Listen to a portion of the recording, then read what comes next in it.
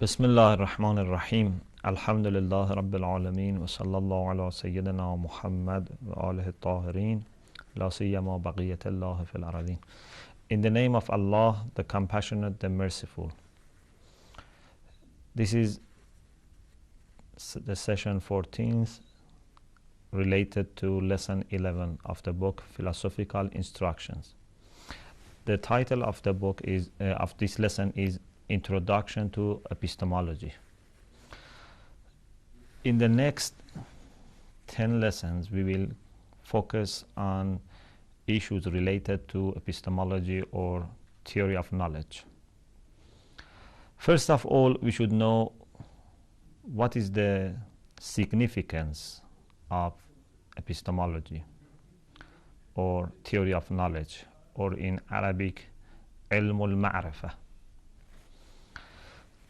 As you remember, we said that there are many questions, many fundamental and profound questions that occupy our minds. You cannot find any human being who takes his life seriously unless he or she has these questions in mind. And this is not exclusive to our age. From the very beginning, there have always been these questions coming to the minds of human beings, and there have always been efforts to find proper answers for these questions. For example, the questions about our origin, about our future, about our present situation, what is the reality of the world in which we live, and about our own identity, about our own reality, whether we are material or spiritual. These are very important questions, and to be able to have a genuinely human life, we need to have answers for these questions. And this is why we need to get familiar with philosophy. You may not necessarily be a philosopher, but at least every intelligent human being needs to know something about philosophy, either in an academic way or sometimes not in an academic or systematic way. But anyway, any effort for finding answers for these questions is, in a sense, related to philosophy. Okay. Now, when we want to philosophize, when we want to find answers for these deep questions, when we want to know the world around us, the very important questions that at the very beginning encounters us is whether we are at all able to know the realities around us, or in other words, is there any possibility for knowledge? Can we know something? Because if you suppose that we are not able to know anything, if we are not able to know ourselves or the world around us, so what would be the point in trying to philosophize?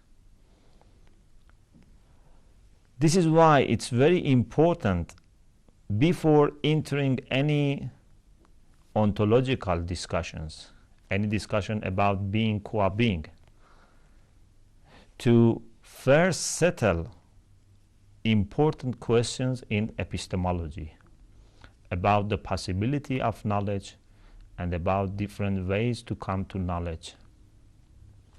How can we argue for the truth of our knowledge?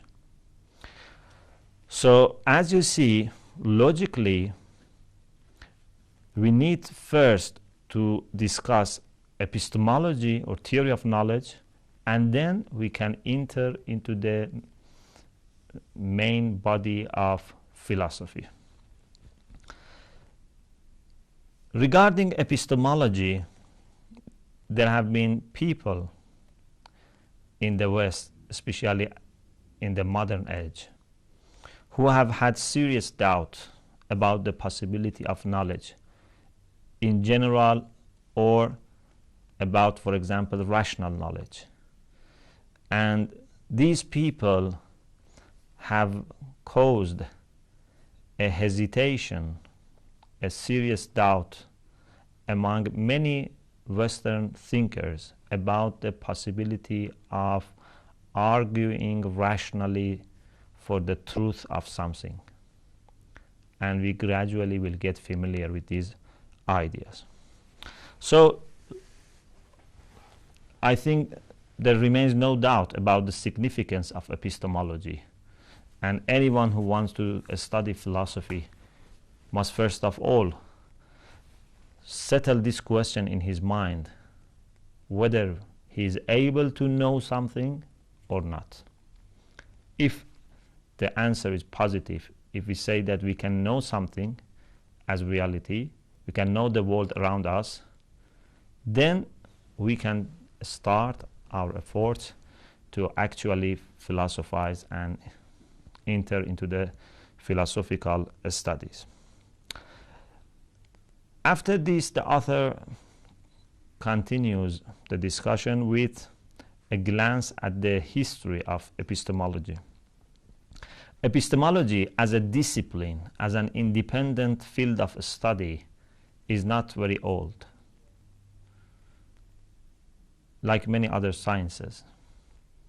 But epistemology as a group of questions, a group of problems that have always been occupying human minds is very old, goes back to the early history of philosophy.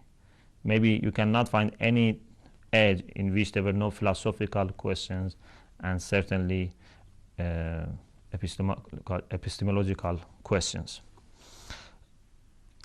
Maybe the first reason that led to the attention of human beings towards epistemology was their awareness of the errors in our perceptual or sensual knowledge.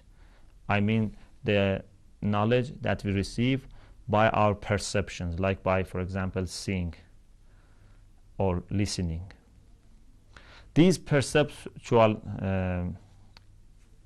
ideas on many occasions prove to be mistaken, prove to be wrong, false. I'm not saying in the majority, I'm saying in many cases. So human beings started to doubt about the possibility of knowing something because they thought, or at least some of them thought, that if in many cases we have found that we have been mistaken in our perceptual knowledge, so what is the guarantee for securing a proper and a sound knowledge about the rest? Maybe in other cases we are doing the same mistakes without our own awareness, and maybe it's just a matter of time, and in future we will realize that we have been mistaken in those cases as well. So as soon as we find considerable amount of mistakes in some areas, then this doubt spreads out and affects other areas of our inquiries. So this question was very serious, and some people, the Eleatics, tried to argue for the soundness, validity of rational or intellectual knowledge. So they said, these mistakes that you mentioned, which happen in our vision, in our seeing, sight-seeing, or for example in feeling the warmth or coldness, these mistakes are all related to our perceptual knowledge, and our rational or intellectual knowledge is safe and sound. And there have been many people who have had doubt about the perceptual knowledge, but they have had no doubt about the rational knowledge, unlike what happened in the modern time, that there have been many people who have had doubt about the soundness and validity of the rational knowledge, unlike the perceptual knowledge. Anyway, so at the beginning, we can refer to the Eleatics as key figures in this regard about epistemology, because they were defending the possibility of having rational knowledge in a sound and proper way. After them, Sufis were again concerned with the issue of possibility of having sound knowledge. And because they were very much preoccupied by differences in ideas and the fact that everyone argues for the soundness of his own position, and sometimes if a lawyer is capable, can defeat his counterpart, even if his own ideas, his own positions were not true. So this led them to deny the truth and to deny the possibility of discovering the truth. So they caused a real skepticism, a very great amount of skepticism in the ancient Greece. After them, one of major figures, of course we cannot mention all the history of philosophy in the West, but just turning points. After Sufis, a very important turning point is the time of Aristotle. And you know that Aristotle was the first, as far as we know, the first to articulate logic and present a system of logical thinking. Of course, before Aristotle, there were many people who were talking about different rules of deduction, or, for example, syllogism, and so on and so forth. So Aristotle was not creator or inventor of logic. Indeed, logic is the way that our mind works. But Aristotle was the first to articulate, to systematize logic. And the whole benefit of logic is to help us to guarantee the truth of our understanding, either in relation to our concepts, how to come to a new concept from the concepts which are already known, and secondly, in relation to the propositions, how to draw a new proposition out of the propositions that we already know, the premises that we already know. So this was also a very important turning point. But the first systematic approach towards epistemology may be traced back to two figures in the modern age: Leibniz in Germany and John Locke in Britain. These two were among the earliest modern philosophers who attended to epistemology. And John Locke's ideas were followed by Berkeley and by David Hume, two other British philosophers. And these three, John Locke, Berkeley, and Hume, were all empiricists, and they were giving priority to the empirical knowledge. And we will talk about them in more details future.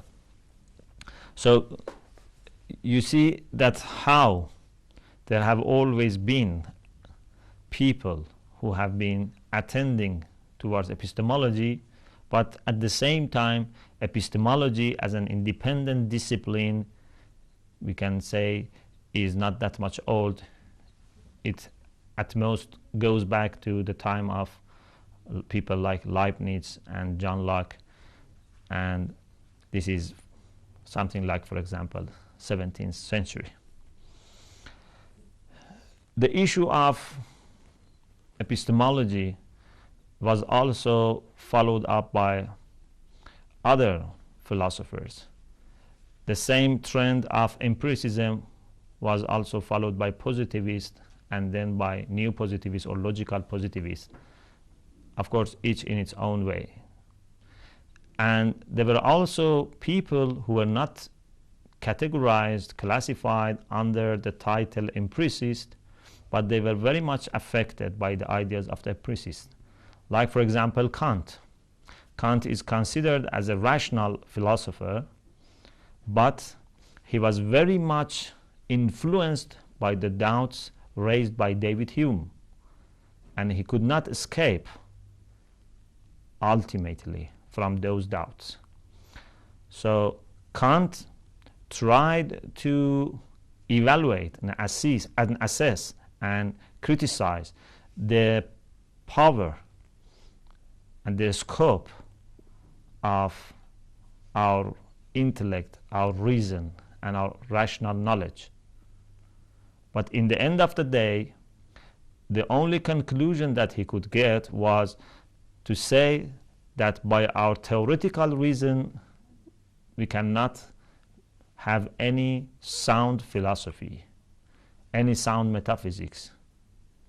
Of course, the same is true about theology. So our theoretical reason is only useful in issues such as mathematical issues, or for example about the experimental sciences. And for metaphysics or theology or morality, we need to use the practical reason. So you see, as Kant himself said, Hume awakened me from the dogmatism. This is the way that Kant himself talks about his own experiences. But when we look at the ideas that Kant presented, we may not call it that he was awakened by Hume, but at least we could say he was really influenced by the ideas of Hume. And we think that the ideas of Hume were not correct, so we cannot say that Kant was awakened, but anyway, he was influenced by the ideas of Hume, and he could not escape totally from the empiricism of Hume. What about Islamic philosophy? In the Islamic world, philosophy have almost been always following the same path. You do not see these large disagreements, these deviations among Muslim philosophers. There have been different schools of Islamic philosophy. There have been people with different ideas, but sharing a lot in their philosophical ideas, as if it's only one line, one trend, which is always going forward. The most important resistance against philosophy, the author says, was made by two groups of people. Firstly, by a group of people who were thinking that the philosophical ideas of their time were against religious teachings, religious doctrines. So they were not enemies of philosophy as such. They were indeed enemies of the philosophical propositions or positions of the people who were philosophizing at their age. And with the development of philosophy, with the flourishment of philosophy, many of those controversies have been settled. And philosophers have been able to argue better for their own positions, and also to argue in a way which is harmonious to the religious teachings of Islam. So the first challenge is not that much today active. Of course, you still may find some people, some Muslims, who are not very happy with philosophy, but it's not that much the challenge, the controversy is not that much big as it used to be in the past. The second resistance against philosophy was made by the people who were very interested in the spiritual journey, mystics, Sufis, and people who were like them. They were thinking that if we start philosophizing, if we engage in philosophy seriously and wholeheartedly, this will cause a pause in our spiritual journey, because then most of our attention will be spent on these controversies, on these arguments, on these conceptual discussions. Then we will not have that much time, that much concentration, that much focus on our own spirituality. The best way to come to certainty, the best way to get close to God, is to take care of our own spirit, our own spirituality through a real spiritual journey, through exercises, through practices that great spiritual instructors teach us. So this was also another resistance against philosophy. But as we said before, mysticism cannot be totally free from its need for philosophy. Philosophy helps mysticism, and mysticism also helps philosophy. And we need both. And we have had many great philosophers in Islam who at the same time were also great spiritual master, great mystics. So there is no conflict between being a philosopher and at the same time taking your spiritual life very serious. Apart from these two challenges, we have not had that much great challenge, like for example the challenges that we had in the West, such as the skeptical approach towards philosophy that on occasions appeared in the West. In Greece, after Renaissance, after empiricists, but in Islam, we don't see that much skepticism or agnosticism among Muslim philosophers. So Muslim philosophers had very clear idea about the possibility of knowing the world around us. So this is why they didn't feel necessary to have a separate discussion about epistemology.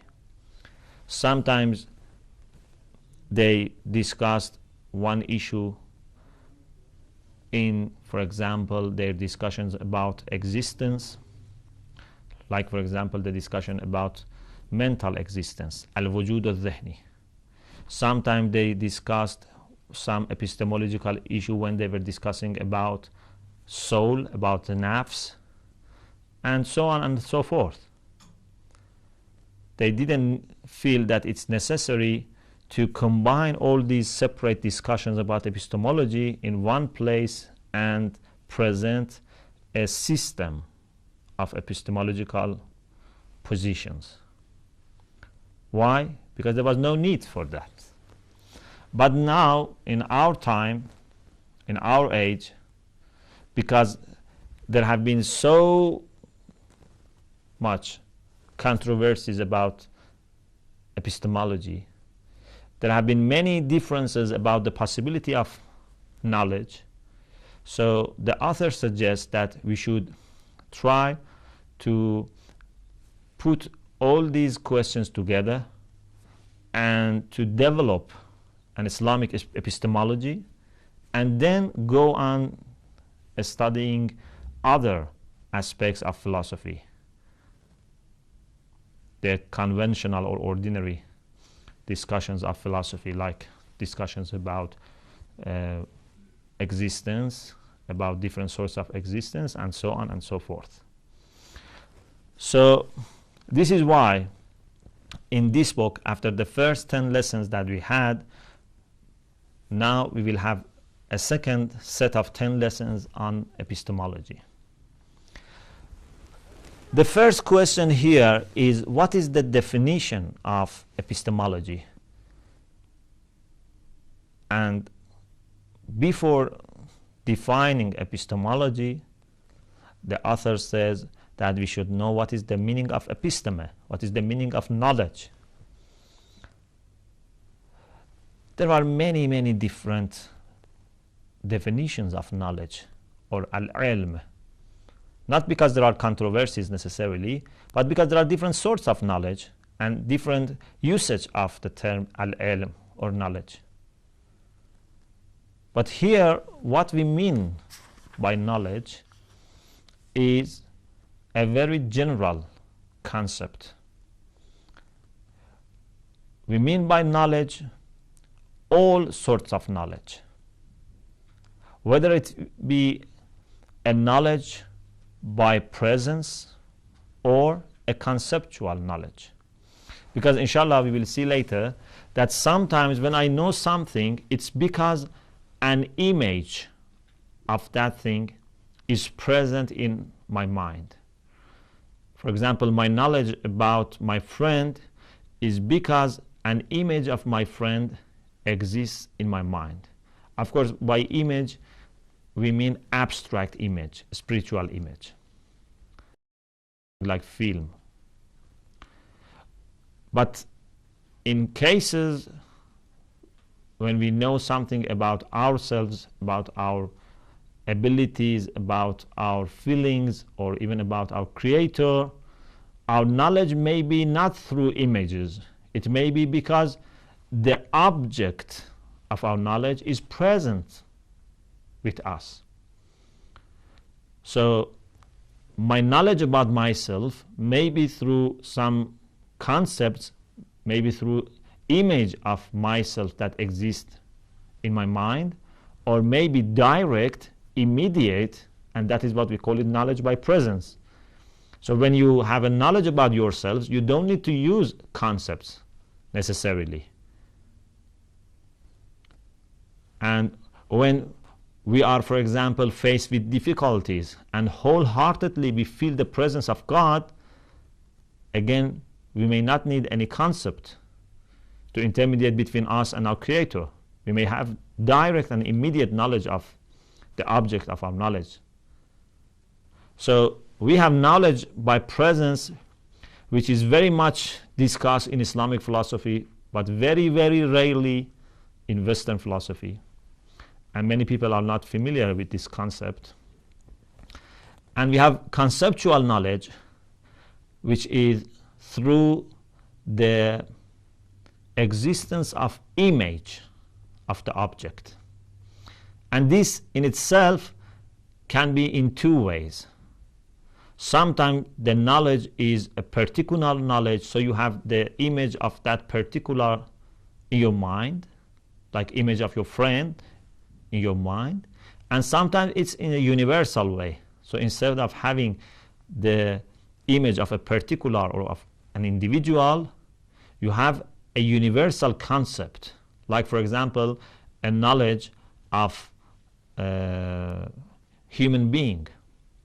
So sometimes you know this person in a particular way, and sometimes you know him just as a human being, and just you use the concept of human being, which is very general, which is very broad. So we can have three sorts of knowledge: knowledge by presence, knowledge by a universal concept, and knowledge by a particular image. Of course, universal concept is also in a sense an image, but the author puts this in this way, and it makes no problem. So if you want to have it perhaps in a clearer way, you could say knowledge is either through images or by presence of the object itself. And the one which is through images is either through an individual or particular image or through a universal image. So we have three sorts of knowledge. In Western epistemology, they are mostly concerned with the conceptual knowledge. They don't discuss that much about knowledge by presence. But we will study knowledge by presence as well. So this is also a definition of knowledge. So epistemology or theory of knowledge or ilmul ma'rifah is a discipline in which problems or issues concerning knowledge in its all three forms are studied. And inshallah, in future we will see what is our position regarding different forms of knowledge.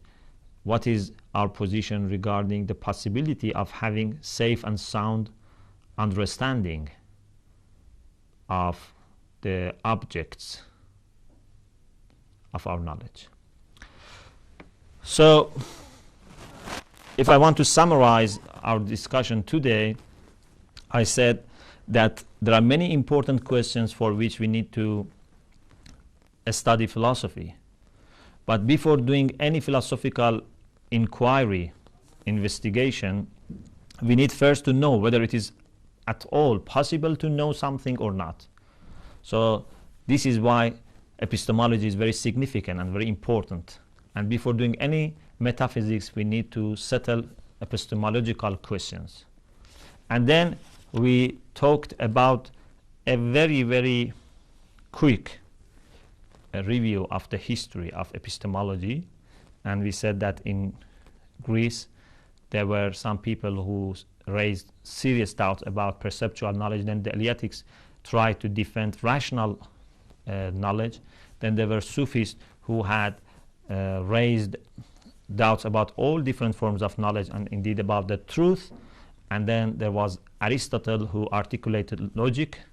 And then systematically Leibniz and Locke started to talk about epistemology, and then the ideas of Locke were followed by Berkeley and Hume and other positivists, and then we talked about Kant, how he was influenced by Hume. And among Muslim philosophers, we said that the issue of epistemology was not that much important. They were never faced with these doubts about the possibility of knowledge in a serious way. So this is why they didn't feel that it's necessary to have a separate discussion about epistemology. They had different, scattered discussions about epistemological issues whenever needed. And the author says, today, because we are faced with these challenges, because of the encounter that exists between us and the people who are studying Western ideas, so we need to have a separate discussion about epistemology. And in the next lessons, which will be about 10 lessons, we will have a good discussion. I'm not saying very detailed because it's not enough, just 10 lessons, but we will have good discussion about main questions of epistemology. And finally, we talked about the definition of knowledge, and we said we mean by knowledge here knowledge by presence and the conceptual knowledge, which is knowledge through images. And it can be either by the presence of an individual or particular image of something, or by having a universal concept of something. وآخر دعوانا أن الحمد لله رب العالمين.